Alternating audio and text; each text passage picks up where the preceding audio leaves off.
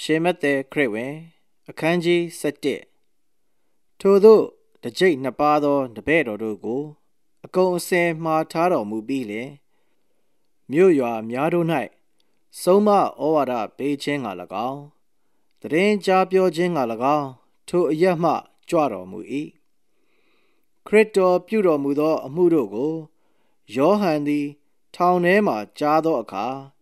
မိမိတပည့်နှစ်ယောက်ကိုစေလွှတ်၍ကိုတော်သည်ကြွလာသောသူမှန်သလောသို့မဟုတ်အခြားသောသူကိုမျှော်လင့်ရပါမည်လောဟုမေးလျှောက်စေ၏ယေရှုကလည်းသင်တို့သည်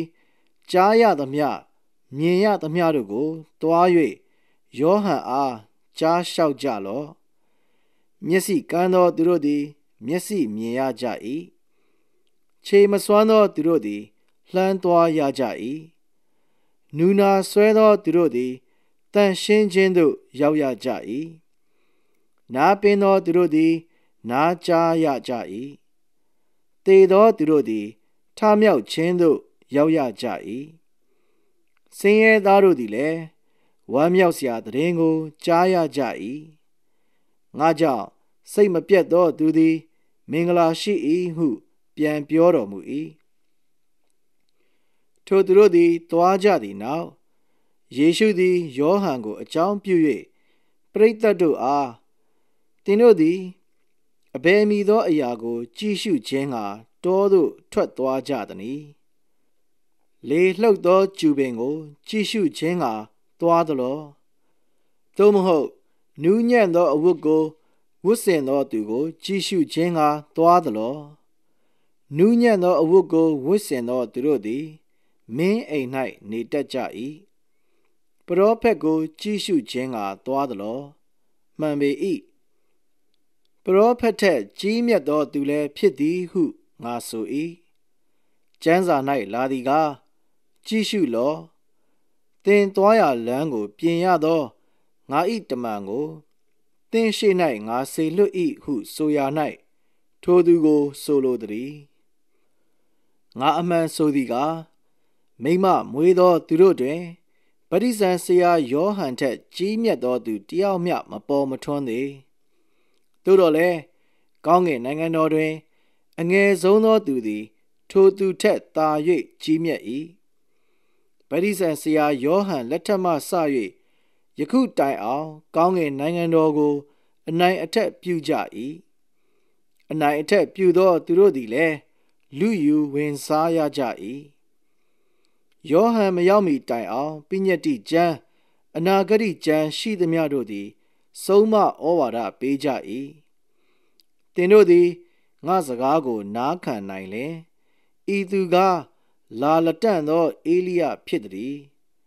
ကြားစရာနားရှိသောသူမည်သည်ကကြားပါစေဤလူမျိုးကိုအဘယ်ဥပမာနှင့်ပုံပြရအံ့နည်းပွဲသဘင်၌ထိုင်နေသောသူငယ်တို့သည်မိမိသူငယ်ချင်းတို့အားအတန်ကိုလွှင့်၍ငါတို့သည်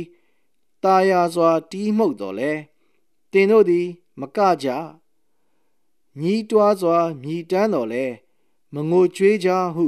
ပြောဆိုသောသူငယ်တို့နှင့်ဤလူမျိုးသည်တူလှ၏အကြောင်းမူကား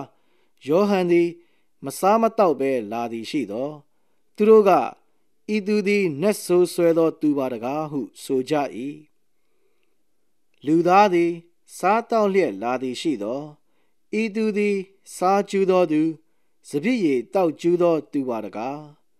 အခွန်ခံသောသူနှင့်ဆိုးသောသူတို့ကိုမိတ်ဆွေဖွဲ့သောသူပါတကားဟုဆိုပြန်ကြ၏သို့တော်လည်းပညာတရားသည်မိမိသားတို့တွင်ကဲ့ရဲ့ပြစ်တင်ခြင်းနှင့်လွတ်သည်ဟုမိန့်တော်မူ၏ထိုအခါများစွာသောတကိုးတော်ကိုပြတော်မူသောမြို့ရွာတို့သည်နောင်တမရသောကြောင့်ထိုမြို့တို့ကိုဤသို့ကဲ့ရဲ့ပြစ်တင်တော်မူ၏အိုခေါရစိန်မြို့သင်သည်အမင်္ဂလာရှိ၏အိုဗက်ဇဲဒမြို့သင်သည်အမင်္ဂလာရှိ၏